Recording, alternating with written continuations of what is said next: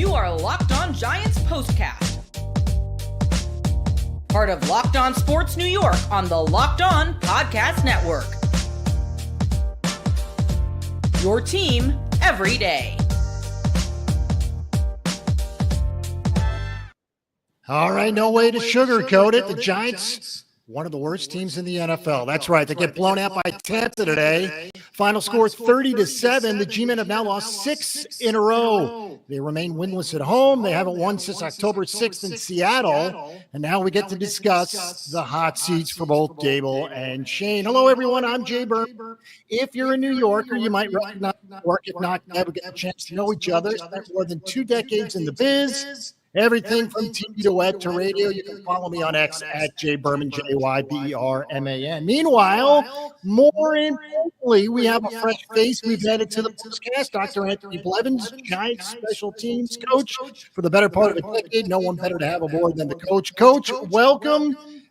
Wish it was under different circumstances, but obviously good to have you aboard. Your thoughts on today? Well, first of all, let me say thank you for the welcome. I don't know how welcome I'll be after this section. You know, it's been hard to watch the G-Men all year long, and the day was no different. Tampa just took them out behind the woodshed and just beat them like they stole something. It was really embarrassing to watch. You know, and it's kind of maybe it was a Daniel Jones effect. Everything that happened earlier in the week, and you know, just not focused on the game plan, thinking about, you know, Daniel's contract, his future, what their future holds individually. So, but it was a very, very hard game to watch. And, you know, look, for the most part of the game, it was non-competitive. Yeah, absolutely. And we'll get into it. Welcome to the Locked On Giants POSTCAST, both on the Locked On Sports New York YouTube channel and the Locked On Giants podcast feed. The POSTCAST gives you a place to hang out after every single Giants game. We're part of the Locked On Podcast Network, your team every single day. All right, before we get started, want to tell you that all that is coming up on the POSTCAST. You can start the season with a big return on FanDuel. New customers can place a $5 bet. You'll get started with $150 in bonus bets if you win your first $5 bet. Visit FanDuel.com to get started. All right, Jay Berman, Dr. Anthony Blevins alongside a 30-7 Giant blowout in the wrong direction, and now they're 2-9. And, Coach, obviously, we'll start with Daniel Jones. It was a tumultuous week, and obviously Tommy DeVito was the starting quarterback. Your thoughts on Mr. DeVito? Well, you know, I listened to all the talk and all the media that he was going to provide a spark. There was no spark. There was no flame, no nothing. The Giants were flat all week, or today rather, not all week, but they were flat, and you know, I just really don't know what to make of it. With everything that's going on around Daniel Jones, releasing Daniel Jones, you know, I would have thought that they would have came out and played a little bit better. But from the opening drive, you know, Tampa got the ball on the opening kickoff, went down and scored, and it felt like the game was over at that point. I mean, it was like no hope. I mean, just watching the game, I felt like after the first couple of series where the Giants had the ball, I didn't think they could muster enough offense to score any points, and, you know, it held true. It's funny. We always prefer to kick the ball or defer to the second half, but it's a good point by you. I was thinking, why not put DeVito on the field first after the Giants won the toss, get some momentum going? Instead, what was it? It was a 14-play, 70-yard drive, 9 minutes, which, as you said, sucked the air right out of the building. Yeah, I mean, it just took the air out. Now, I don't mind kicking the ball off. You got a young quarterback. He's played 6 games for him, or started 6 games. I don't mind kicking the ball off, trying to get some field position, defense go 3 and out, because the defense has to be the strength of this team at this point. It just has to. And for them to come out and go 14 plays, hold on to the ball for 9 minutes, drive it for 70 yards, get a touchdown out of it, you know, it's just demoralizing when you think of knowing that this game, you got to win this game 14-10, 17-10. It's got to be a low-scoring defensive game. You got to get some turnovers. And then to have that happen on opening drive, it just kind of kills the game plan from just the beginning of the play, you know, for the day. Yeah, it's interesting because, as we talked about, a tumultuous week, beginning obviously with the benching of Daniel Jones and then the releasing of Daniel Jones. It just felt like there was some after effects, if you will. Yeah. Well, you know, just being in that building, being in that locker room, Daniel Jones is respected. Like those guys like Daniel Jones. They respect him. They love his competitiveness. And when your friend, that's what he is. He's a friend to those guys. When he gets caught up in one of those deals where he's getting benched, he's getting then ultimately gets released. The guys are like, what are we doing as a organization? How do you go in front of this team and tell them like we're really trying to win games, but we're gonna bench our best quarterback? And I get it, the money, the injury guarantee, I get the business side of it, but those guys in the locker room, they don't care anything about the business side of it. They want to win football games. I mean, they put in a lot of work. They put their bodies on the line week in and week out. They want to win football games. That's the reward you get for doing all this stuff. And then when it happens to Daniel, you're like, well, if it can happen to him, it can happen to me. So it's going to be very hard down the stretch, I think, for the Giants. What's interesting is, as you mentioned, Dexter Lawrence was one of the voices that came out and said he didn't really understand why they were benching Daniel Jones and eventually releasing him. What were your thoughts when Dex spoke out? I think the first thought for all of us was, Dex, go out and play. This was obviously a necessary move. However, looking back on it now, it seems like Dex and those guys were upset. Maybe they were right to come out. Yeah, I mean, I think it's good that they speak up for their teammate, in Daniel, and letting the organization know, letting everybody know, like, we're here to win games. If this guy's our best option, like, let's not worry about what the contract is and all that. Let's go out and help us win football games. Right now, we're 2-9 at this point now. Like, we don't want to be 2-9. We want to win football games. That's where the fun comes in this business. It's a lot of hard work. And when Dexter speaks up, Dexter doesn't say a lot. He's a big man, big personality, but when it comes to things like this, he doesn't really speak up much. So to hear that was very, not alarming, but it can be concerning. How about the concern on the offensive side? Malik Neighbors did catch 6 balls for 64 yards, but not any in the first half. And there were some suggestions that he was separated from the wide receiver room on the bench, eventually to rejoin them. That's an interesting development. Malik Neighbors looks frustrated, something he probably has never had to go through his entire life. Well, yeah. I mean, you go through 30 minutes of football, you don't score a point, and he doesn't catch a pass. He's your number one stud on offense. Like, let's make no bones about it. He is the guy on offense. He's the future of the franchise offensively. So you got to find ways to get him the ball. You got to be creative, throw him screen passes, throw him little hitch routes, overs, and they got to it in the second half, but they were down 23-0 at the time.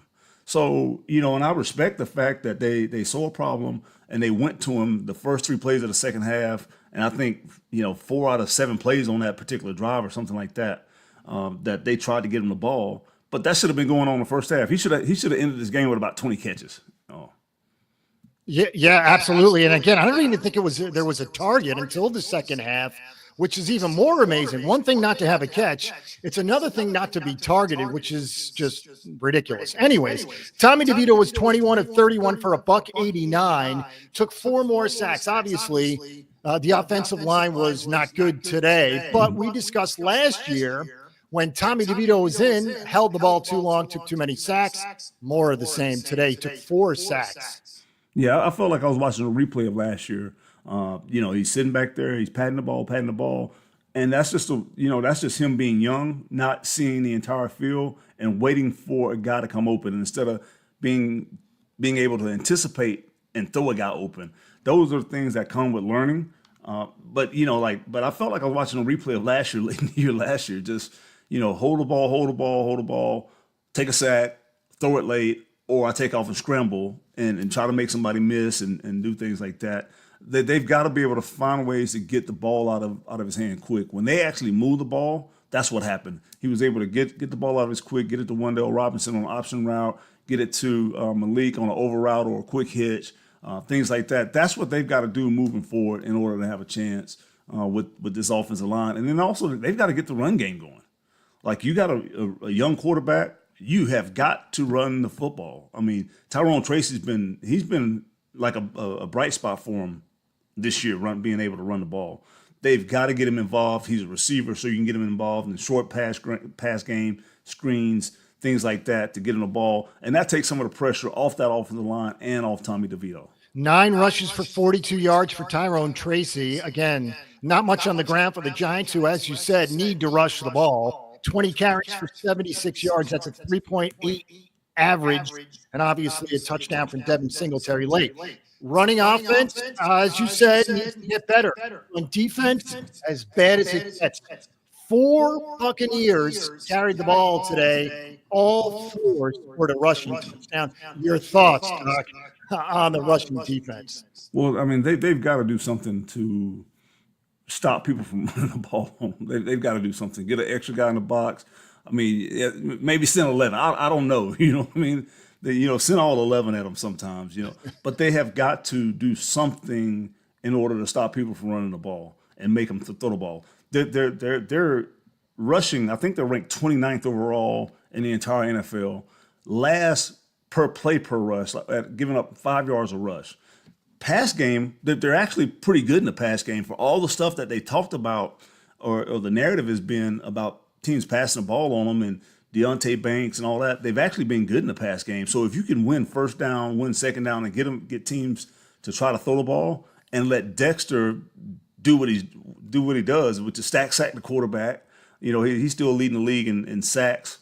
So let him do what he does, and then let that pass coverage take over. But they've got to find a way to stop stop teams from running the ball on them. All right, we'll take our first quick break. My name is Jay Berman, alongside Dr. Anthony Blevins. Giants lose again.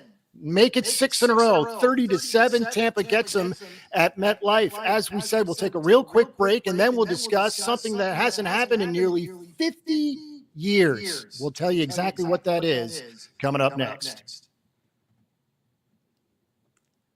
All right, I'm going to be honest. I didn't love the college experience the first time around, but now I've got a different take. I find history fascinating. Lucky for me and for you too. There is extra classes to take because our sponsor, Hillsdale College, is offering more than 40 free, that's right, free online courses. Here's a few of the courses available. Constitution 101, the meaning and history of the Constitution. Introduction to free market economics. The Great American Story, A Land of Hope. That's one that I would definitely take. Plus, there's the rise and fall of the Roman Republic. And since I just visited Rome just a couple of months ago, I'm interested in that as well. And there's a brand new documentary-style course on Marxism, socialism, and communism. All of Hillsdale's courses are self-paced so that you can start whenever and tune in wherever. Plus, you can go deeper with readings, quizzes, discussions, or just enjoy the lectures. Go right now to hillsdale.edu/lockedon to enroll. There's no cost, and it's easy to get started. That's hillsdale.edu/lockedon to register. hillsdale.edu/lockedon. Also, you can now win up to 100 times your money on Prize Picks with as little as 4 correct picks. Prize Picks is the best way to get action on sports in over 30 states, including California, Florida, Georgia, and Texas. Prize Picks is the only real money daily fantasy platform with an injury insurance policy, so your lineups stay in play even if one of your players gets injured. If your player leaves in the first half and doesn't return, Prize Picks keeps your lineup live. Prize Picks, the best place to get real money sports action.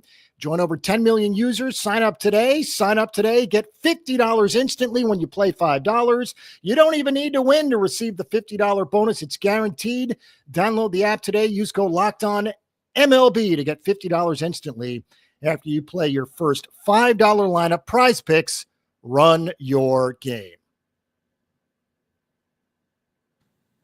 All right, we are back. Buccaneers beat the Giants 30-7. And before we get to that juicy nugget, just wanted to discuss one more thing before we get there with Dr. Anthony Blevins, of course, former Giants special teams coach.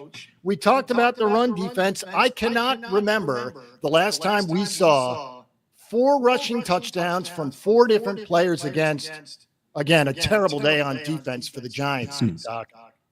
Yeah, it was. It was very demoralizing in a game that you knew the defense had to play well. The defense had to come out and be a tone setter, and they didn't, and it wasn't just the defense. The entire team didn't show up. I mean, that was really what it boiled down to. When they did get a turnover, they didn't do anything with it. It was just a demoralizing loss. And I'll say this is, when you have just the stuff that's went on all week long, it can take a different spin on you. It can take a different toll because you're worried about this, you're worried about that, and you're not worried about football itself. And that's what the Giants have got to get back to. They've got to get back to just playing football. Forget about contracts. Forget about DJ, and just go play football. That's what it has to come back to, and they've got to find a way to make it fun again. We referenced a juicy nugget. Here it is. For the first time since 1976, the third time ever in Giants history, they've gone 5 straight games without a lead, which is insane. Just amazing that it's happened more than once. Amazing it's happened more than twice. Anyways, they haven't won since October 6th. That's also the last time they had the lead, Coach. Just, again, remarkable stuff. I mean that stat is just mind-blowing. I didn't even know that there was a stat that even existed like that. I don't know how you play a football game or 5 football games and never have the lead in any of them. And I think maybe that speaks to the state of the Giants, speaks to the state of the roster. But to be in a football game and not even lead 3-0 or 6-3 or something, I mean, it just is. It tells you a lot, really. When you think about it, it really tells you a lot. Yeah, absolutely. And there's another reason why, as I said, I usually like to defer or at least kick off, but it just felt like a team that would get behind early. It would be much more difficult for the Giants to get out of that. And the only chance to avoid that early would to win the toss and receive the kick. But again, it probably wouldn't have mattered. It would have just been nice to see, especially DeVito come in and get a standing ovation, him first with the ball, trying to put points on the board for the Giants. Yeah, you get the fans into it. I know when I was in Arizona, I was with Bruce Arians, and he always took the ball first. It was very rare that he would actually defer. It was always a running joke of, are we ever gonna, start the game and kick it off, and we never did. But his whole thing is taking the football and being able to hold on to the football, which, you think about it, it makes sense, especially in a game where you got Tommy DeVito coming in, like you said, get the crowd behind you, get guys going, get the energy going. It probably made sense to accept the ball and try to go down and score, get a big return on a kickoff or something like that, get a big play on offense, and then start building that momentum and that belief within the team, and then it permeates throughout the team. Absolutely. And you talked about, and you used the word demoralizing, which is exactly what it was, because as we said, 14 plays, 70 yards, nearly 10 minutes of the first quarter. And look, the Giants could have very easily gone 3 and out. In fact, I wouldn't bet against it. But the point is, give yourself a chance while you're still in the game. Yeah, and that's what, I would think, looking ahead to Dallas, maybe that's what you do. Maybe you change up something, because something's got to change. Something's got to give. You've got to be able to spark the team, spark the energy. Obviously, it wasn't Tommy DeVito. That's what the narrative was. We went with Tommy DeVito because we're going to spark the team. It didn't spark. I mean, there was no fire, no nothing, nothing. The engine didn't even turn over today. So there's something's got to happen. Maybe that's it. But I'm like you. I don't think taking the ball first, kicking it off both halves, receiving it both halves. I don't think anything would have helped them today. Absolutely, I happen to agree. Anyways, Locked On Giants. Yes, Giants lose to the Bucs today. My name is Jay Berman, alongside Dr. Anthony Blevins, former special teams coach for the New York Giants. We do unfortunately have to discuss the hot seat, which is going to be a topic of discussion on Sports Talk Radio this week.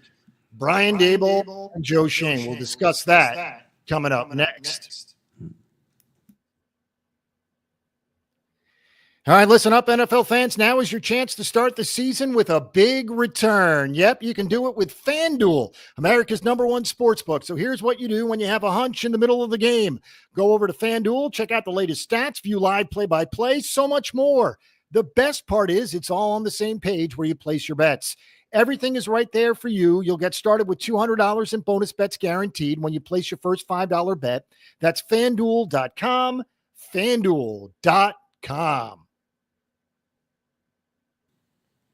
All right, final segment of the show, Locked On Giants postcast. Giants lose to the Bucs today, and unfortunately, Coach, we got to go there. Brian Daboll and Joe Schoen. Not that they weren't on the hot seat before today, But the fact that the Giants didn't show up, that can't be good for their future. Yeah, it doesn't add anything to cool it off. It was just an embarrassing performance today. I think everybody in the Giants organization knows that we're not keeping secrets or sharing anything new. The one thing I will say is for the Giants, Dayball's been there for 3 years. Dayball and Joe Shane, they've been there for 3 years. It's really hard to turn it over every 2 years. I got there at 18, 2 years with Pat Shurmur, stayed on with Joe Judge 2 years, and now you're going into potentially a third coaching change. It's hard to really continue to turn it over as quickly as it's been turned over and have success. This is just me. This is my personal thought, and it's probably unpopular, but they deserve another year to see the plan through. I do agree with Joe. They've got some young talent that's been really good, far as Malik Neighbors, Tyrone Tracy. They've got older guys, Dexter Lawrence. They've got to get Deontay Banks to come along. He's a really good player. They've just got to get him to come along and play with effort and consistency. And continue to add some pieces to the offensive line, and they've got to be able to find a quarterback. Like that's really the key to it. They've got to be able to draft, and if they get on a hot streak, and like they did last year, and they get out of that 1-5 slot in the draft, 1-6 slot in the draft, it could be the same thing over again.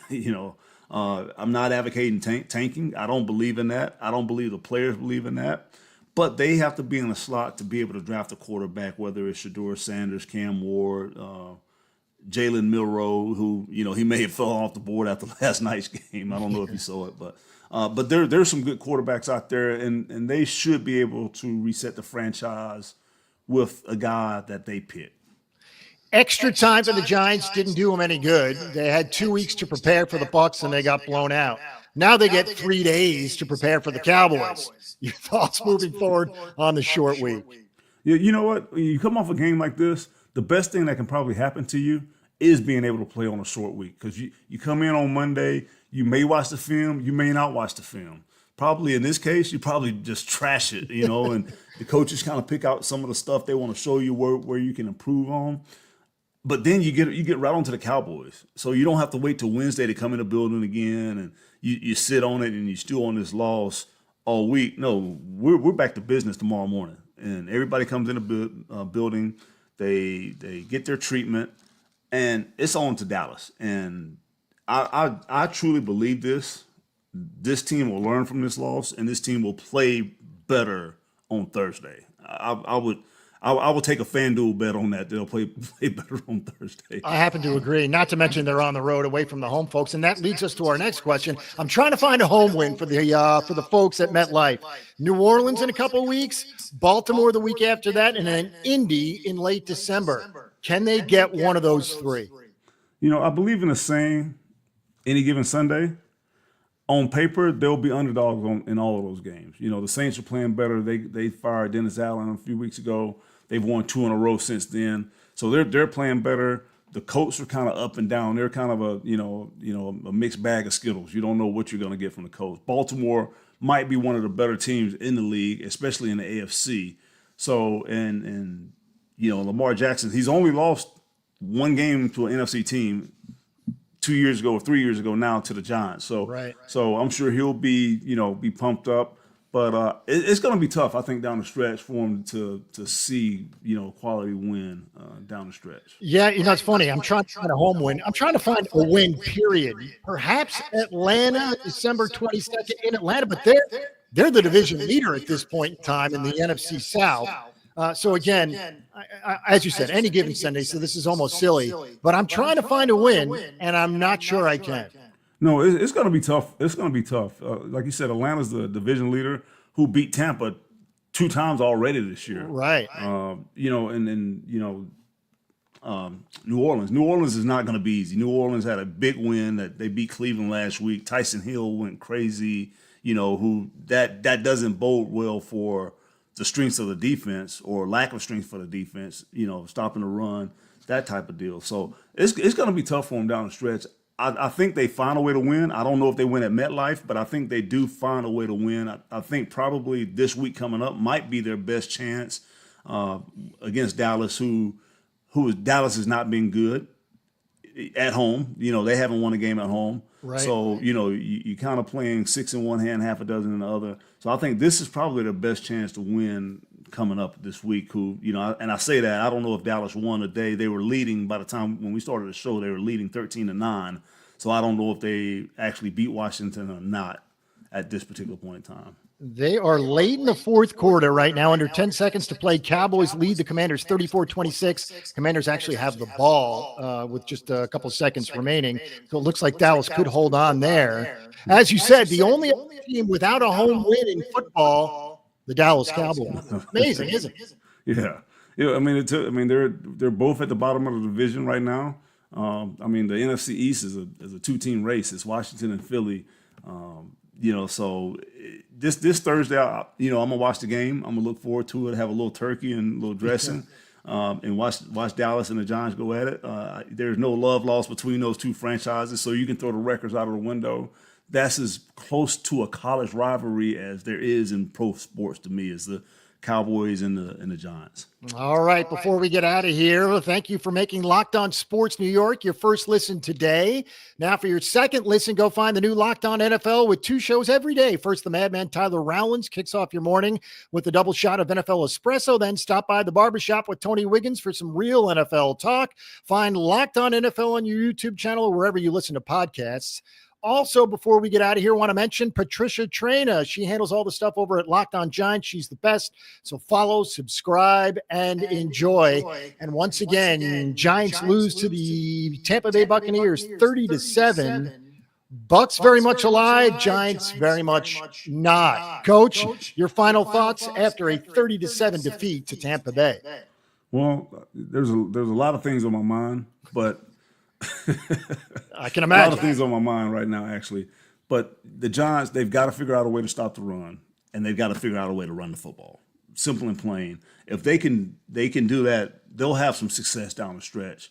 Always pulling for them, and just get away from all the talk, all the noise, get back to playing Giants football, get back to having fun, and go out and beat the Cowboys on Thursday. All right. Happy Thanksgiving to everybody as you're enjoying the splendors of Locked On Giants postcast. Alongside Dr. Anthony Blevins, my name is Jay Berman. That'll wrap up this show. Again, 30-7, the final score. Giants are 2-9 overall, 0-6 at home. Happy Thanksgiving, everyone.